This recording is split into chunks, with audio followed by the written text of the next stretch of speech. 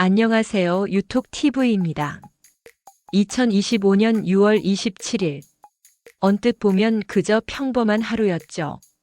그날도 다른 날처럼 뉴스엔 온갖 정책 이야기들이 넘쳐났고 사람들은 또 뭐가 나왔대? 하고 지나쳤을지 몰라요. 그런데요. 그날 발표된 6.27 대책. 그게 진짜 일이 될 줄 그때는 아무도 몰랐습니다. 이제 겨우 보름 조금 넘었을 뿐인데요. 수도권 부동산 시장 분위기가 완전히 달라졌습니다. 시장을 한 단어로 표현하자면요. 바로 멈칫. 거래는 줄고 가격도 내려가고 사람들 눈빛도 달라졌어요. 이 정도면 좀 무서운데? 지금 사도 괜찮을까? 이런 생각들이 화면 너머 수많은 이들의 마음속에 동시에 퍼지고 있는 겁니다. 이번엔 숫자부터 달라졌어요. 서울, 경기, 인천. 수도권 전체 아파트 중위 가격이 6억 6천만 원에서 5억 원. 한순간에 1억 6천만 원이나 빠졌습니다. 게다가 거래량도 70% 이상 줄어들었어요. 평소 같으면 주말마다 분양사무소 북적이고 매물 나왔다 하면 쏜살같이 계약하던 분위기였잖아요. 그런데 지금은요? 말 그대로 살얼음. 사람들이 제일 먼저 체감한 건 의외로 가격이 아니라 평형이었어요. 예전엔 전용 84제곱미터, 우리가 흔히 말하는 30평대가 기준이었다면 요즘은 그보다 작은 75제곱미터, 심지어 59제곱미터, 더 작은 매물로 시선이 쏠리고 있어요. 이유는 단순해요.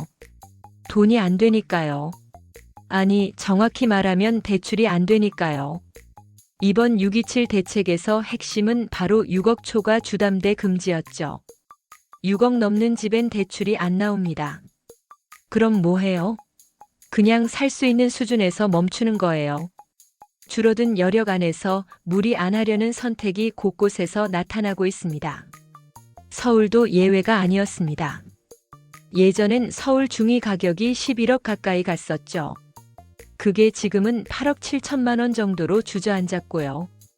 거래량도 7천 건대에서 1,300건대. 이거 거의 마비 수준이에요. 게다가 서초는 4억, 강남은 3억 가까이 하락했고요.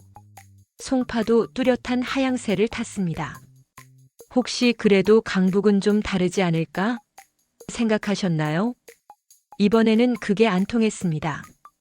한강 벨트로 불리던 마포, 용산, 성동 같은 인기 지역들도 줄줄이 가격이 빠졌어요. 마포 15억에서 12억, 용산 18억에서 15억, 성동 15.8억에서 14억 초반. 이쯤 되면 진짜 궁금해지죠? 그럼 저가 단지 많은 지역으로 수요가 몰린 거 아냐? 이게 또 신기한 게요. 풍선 효과도 안 나옵니다. 예전 같으면 중저가 지역에서 갑자기 가격 뛰는 일 있었잖아요. 근데 지금은 노원도, 금천도, 구로도 다 같이 하락 중입니다. 노원 5억 9,500에서 5억 1,900, 금천 5억 8천대에서 5억 4천, 구로 7억대에서 6억 5천. 사람들 마음속에 지금 공통된 감정이 있어요. 이젠 무리하면 안 되겠다. 누가 뭐래도 내 통장부터 챙기고 나중에 후회하지 않으려면 당장 멈춤부터 해야겠다는 판단. 이건 정부가 시켜서도 언론이 유도해서도 아니에요. 사람들이 스스로 바뀌고 있는 겁니다. 경기도 분위기는 또 어떤가요? 수원 영통, 성남 분당, 용인 수지.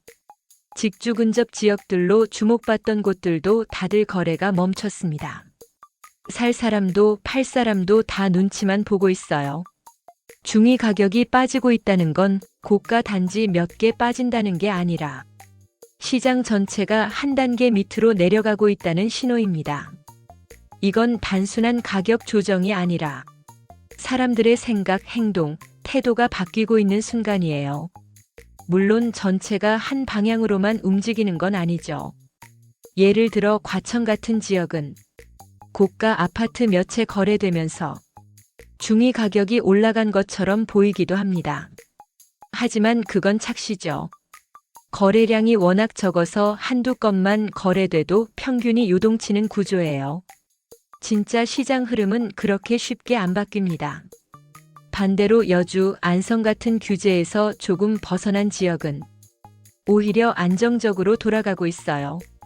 여기서 정말 중요한 이야기 하나만 드릴게요. 이번 변화는 수치가 아니라 사람들의 선택에서 시작됐다는 겁니다.